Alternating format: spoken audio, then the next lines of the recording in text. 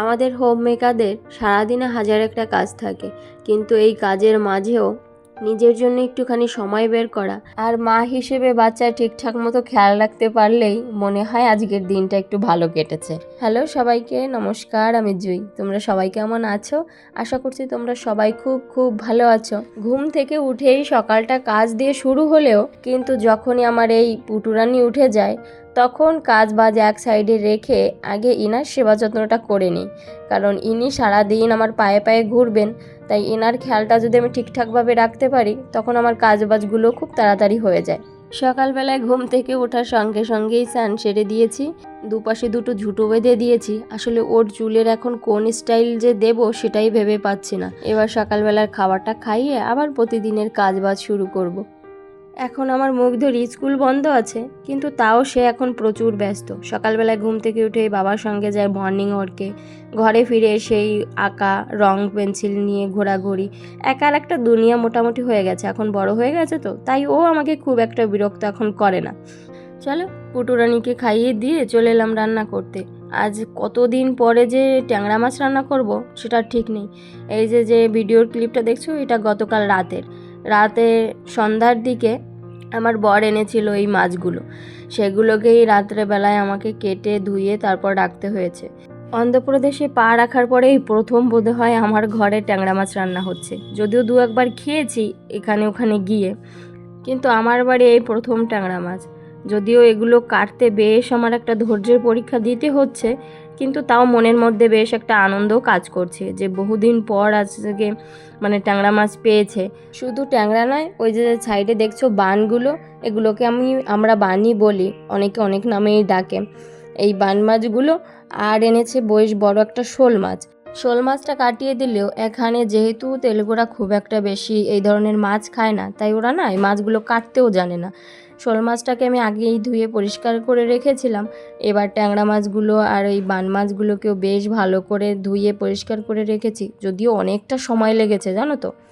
কিন্তু এই ফাইনাল দৃশ্যটা দেখে আমার বেশ ভালোই লাগছে।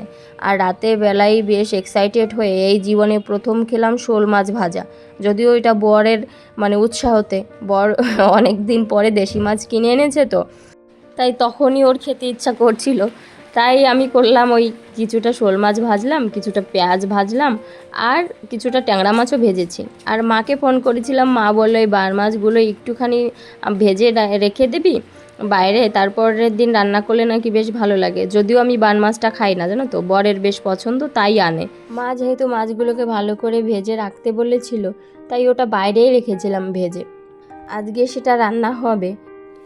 আর ট্যাংরা মাছগুলো যেহেতু ফ্রিজেই রেখেছিলাম সেটা বের করে নিয়েছি। এবার লবণ হলুদ মাখিয়ে ভালো করে ভাজতে বসিয়ে দিলাম। ট্যাংরা মাছের সঙ্গে রান্না করব ডাঁটা শাক। অনেক দিন পরে দেশি মাছ রান্না করছি তো, আসলে অনেক দিন পরে নাই, এই আমার সংসার জীবনে প্রথম মানে এরকম দেশি মাছ রান্না করছি, তাই আজকে রান্না করতেও বেশ ভালো লাগছে। কিন্তু এই দিকে দেখো আমার পুটুরানি ঘুমিয়ে পড়েছে। ভেবেছিলাম এখন ঘুম পড়াবো না, কিন্তু ও কিছুতেই থাকতে পারছিল না। চলো আগে ওকে প্রথমে ঘুম পাড়িয়ে দিয়ে আসি। যদিও একটুখানি গরম পড়েছে, ঘুমিয়ে বেশ ভালোই করেছে, তাহলে এই রান্নাঘরে গরমটা ওকেও আর সহ্য করতে হচ্ছে না। এইদিকে মাছ ভাজাগুলো হয়ে গেছে, মাছগুলোকে নামিয়ে ওই তেলেই দিয়ে দিলাম কিছুটা জিরা ফোড়ন আর কিছুটা রসুন ফোড়ন। এবার দিয়ে দিলাম কেটে রাখা শাকগুলো। অর্ধেক শাকটা দিয়ে দেখা যাচ্ছে শাকের পরিমাণটা একটু বেশিই হয়েছে, তবে একটু পরে ঢাকা চাপা দিলে অনেকটা কমে যাবে। আর নিচ থেকে একটু নেড়েও দিচ্ছি, কারণ নাড়লে পরে তাড়াতাড়ি শাকের থেকে জলটা বেরিয়ে কমবে, আর নিচে জিরে রসুনটাও বেশি পুড়ে যাবে না। পুরো শাকটাই পরে দিয়ে পরিমাণ মতো লবণ হলুদ আর ভেজে রাখা ট্যাংরা মাছগুলো কিছুটা কাঁচা লঙ্কা চিড়ে দিয়ে দিলাম একসঙ্গেই। এবার ওটাকে একসঙ্গে নেড়ে ঢাকা চাপা দিয়ে রান্না করব। শাকটা রান্না করতে তো খুব বেশি সময় লাগে না, আর খুব বেশি ঝামেলারও নয়। এবার শুধু ঢাকা চাপা দিয়ে রান্না করাতে যতটুকু সময় লাগে। আর গতকালকে যে বললাম ভেজে রেখেছিলাম বান মাছগুলো, সেগুলোকেই বের করে নিয়েছি। আর বান মাছের সঙ্গে একটুখানি আলু দেব, তার জন্য আলুটাকে কেটে নেব। আলুটাকে একটুখানি বেশ ডুমো ডুমো মোটা করেই কেটে নিয়েছি। ওই পাশে শাক হতে হতে না আমি ওই দিকে বাচ্চাদের জন্য একটুখানি আলাদা করে আলুর ঝোলও করছি, কারণ বাচ্চাদেরকে আজকে আর ওই মাছের ঝোল বা শাকটা দেবো না। আর ঝাল ছাড়া জানো তো ওই শাকের তরকারি রান্না করলে না খেতে অতটা ভালো লাগে না, আর বেশি ঝাল দিলে বাচ্চারাও খেতে পারে না। তার জন্য ওই আলাদা আলাদা করে শাক করছি, আর বান মাছটা একটুখানি মশলা দিয়ে করব। গতকালকে এই মাছটা ভেজেছিলাম যে কড়াইতে, সেটাতেই অনেকটা তেল বেঁচে গিয়েছিল। ওই তেলটাতেই আবার আমি গরম করে বান মাছটা আর একটু ভেজে নেব। মাছটাকে ভেজে তুলে ওই তেলেতেই ওই কেটে রাখা আলুগুলোকেও লবণ হলুদ দিয়ে ভালো করে ভেজে নেব। এইদিকে আলু ভাজা হতে হতে আমার শাকের তরকারিটাও বেশ অনেকটা হয়ে গেছে।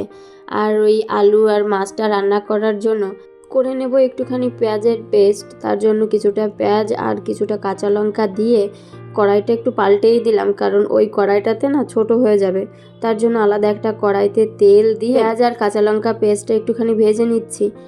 দেখতে এখন একটু অদ্ভুত লাগলেও যতক্ষণ না ওই পেঁয়াজের জলটা টানছে ততক্ষণ আর আমি কোনো হলুদ বা কোনো মশলা ব্যবহার করলাম না, কারণ আগে থেকেই তো আমি গুঁড়ো মশলাগুলো একটা বাটিতে জল দিয়ে ভিজিয়ে রেখেছিলাম।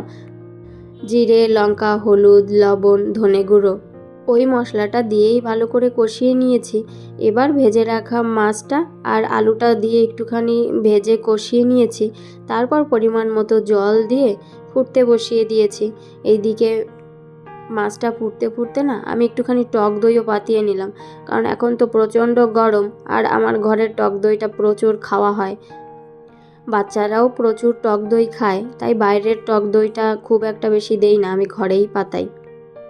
একটুখানি দুধটা গরম করে নিয়ে কিছুটা দই দিয়ে পাতিয়ে দিয়েছি।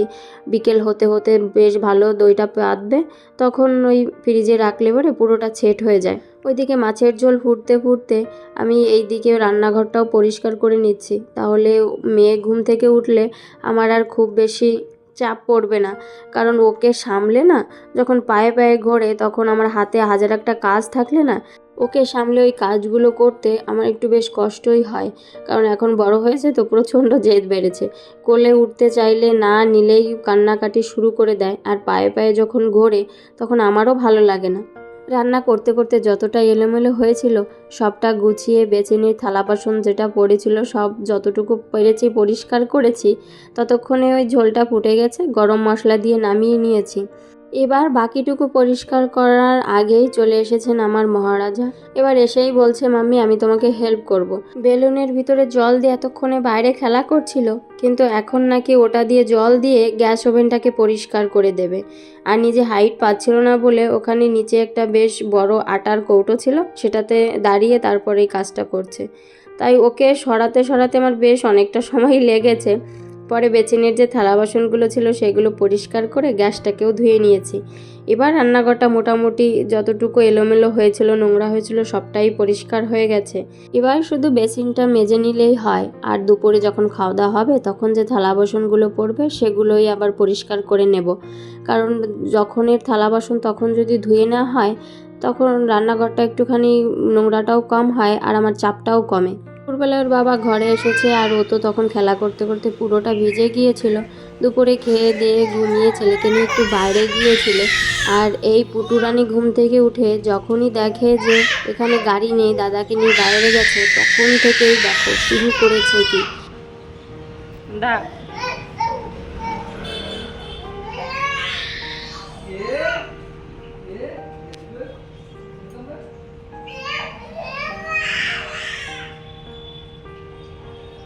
ওর এই কান্নায় আজকে মানুষের ওইখান দিয়ে গাড়ি যাওয়াটাও মনে হয় থেমে যাচ্ছে। অনেকক্ষণ ধরে ওই সুরেশ নিয়ে ওকে ওর বাবাকে ডাকছিল, ওকে থামানোর চেষ্টা করছিল, কিন্তু কিছুতেই কিছু হচ্ছিল না। শেষে ওর বাবাকে আমাকে ফোনই করতে হলো।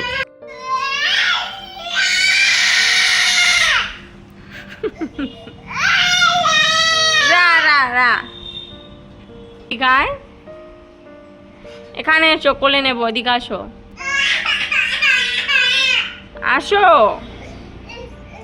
যতক্ষণ না দাদাকে নিয়ে ঘরে এসেছে ততক্ষণ কান্না ওইভাবেই চলছিল। যখন যখন দাদা ঘরে এলো বাবাকে দেখে একটু স্বস্তি পেল।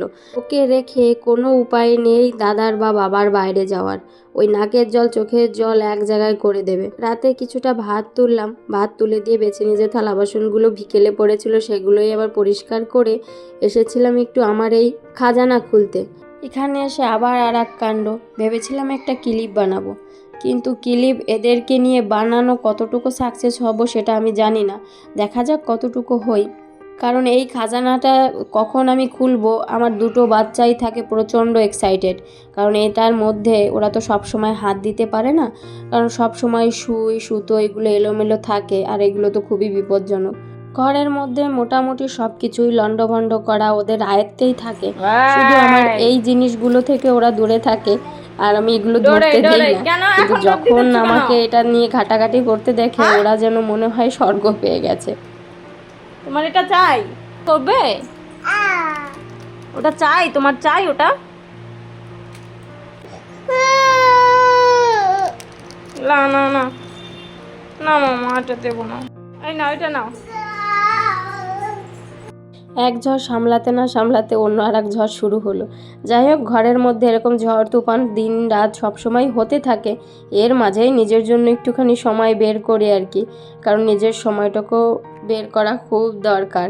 আর আমার এই ধরনের সেলাই আঁকা আঁকি এগুলোতেই আর কি নিজের সময়টাকেও খুঁজে পাই। ভেবেছি একটা ক্লিপ বানাবো। ওই যে সকালবেলায় বললাম যে পুটুরানির চুলে কোন স্টাইল দেবো সেটা বুঝে পারছি না, তাই ভাবছি এরকমভাবে একটা এমব্রয়ডারি দিয়ে দুটো ক্লিপ বানাবো। এইদিকে দেখো, একদিকে ফোন চলছে আর একদিকে 5টা আঙুলের মধ্যে 5টা আমার সুতোর গুটি ভরে নাড়াচ্ছে। এইদিকে ফোন চলছে আরামে, কারণ ফোন দেখার প্রতি ওদের কোনো ইন্টারেস্ট নেই। জানো তো, মুগ্ধকে ফোন দিলে, জানি না সব বাচ্চার ক্ষেত্রে হয় কি না, ওর হাতে ফোন দিলে ও ফোনটা চালিয়ে মানে এক হাতে রাখে আর অন্য হাত দিয়েও দুষ্টুমিগুলো চালিয়ে যায়। এইদিকে দেখো, ফোনটা আরামে চলছে ঠিকই, কিন্তু ওর মতো দুষ্টুমিগুলো করেই যাচ্ছে। আসলে ফোনেও ছোটোবেলা থেকে অতটা মনোযোগী নয়, মানে খুব মন দিয়ে ফোন দেখতে পছন্দ করে না, খেলা এই সমস্ত দুষ্টুমিতেই মেতে থাকে। আর এখন যেহেতু দেখেছে মায়ের খাজানা খুলেছে, এখন ওকে মানে মেরেও ফোন দেখানো সম্ভব নয়। প্রথমে ভেবেছিলাম একটুখানি সুতো ম্যাচ করে একটুখানি মানে ডিজাইন দিয়েই করব, কিন্তু এসেই এলোমেলোভাবে এমন করে মানে সব কিছু নিয়ে লণ্ডভণ্ড শুরু করেছে। তারপর র্যান্ডমলি যেগুলো পেয়েছি, মানে যে সুতো হাতের কাছে পেয়েছি সেভাবেই করেছি। তবুও খুব ভালোভাবে পারফেক্ট হয়নি জানি, মানে আর একটু ভালো করলে হতো, কিন্তু কি করে করব বলো, দুটোকে সামলে এতটুকু হয়েছে, এটাই আমার কাছে অনেকটা। যদিও পরে আমি সময় নিয়ে করার চেষ্টা করব, কারণ দেখতে আমার কাছে মোটামুটি ভালোই লাগছে। তোমরাও জানিও কেমন হয়েছে ক্লিপটা। পুটুরানিকে একটুখানি পরিয়েও দিয়েছি, যেহেতু ওর বিকেলবেলা থেকে 2-3 বার ঝড় গিয়েছে আর গরমটাও পড়েছে, তাই চেহারাটা একটুখানি চেঞ্জ হয়েছে। এবার ওকে স্নান করিয়ে দিয়ে রাতে ঘুমোতে যাওয়ার আগে একটুখানি দইও খেয়ে নিচ্ছি। আজকের ভিডিওটা তবে এখানেই রাখি, যদি কিছু ভালো লাগে তাহলে অবশ্যই কমেন্টে জানিও।